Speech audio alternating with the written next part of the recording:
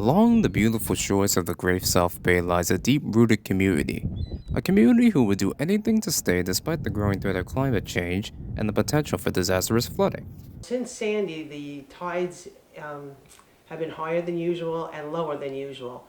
Also, there's not as much water in our canal. We used to be able to keep our boat in our backyard. Now we can't any longer. It's too shallow. There's a lot more flooding. Higher tides and larger floods have been a concern for many Great South Bay residents for years. Yet, first-hand experience can always be a wake-up call. We probably had about 9 feet of water in our backyard.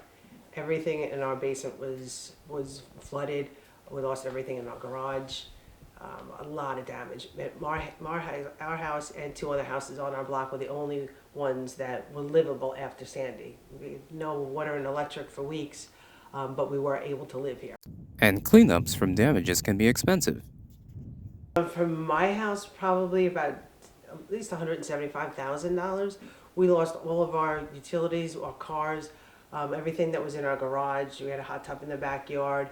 All our electric had to be redone, our washers, dryers, so it was traumatic.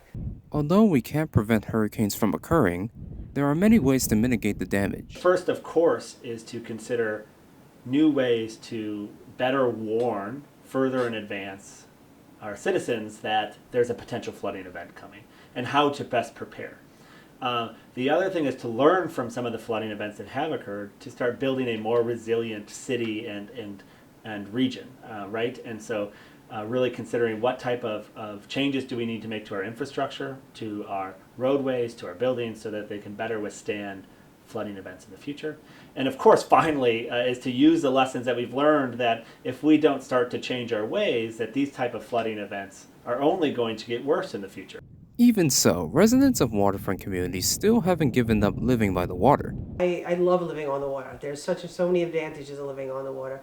You have the boat in the backyard. You want to go to Fire Island, you just hop on the boat. You go. You want to go paddle boarding. You want to go fishing. You just go right in your backyard, and it's really convenient.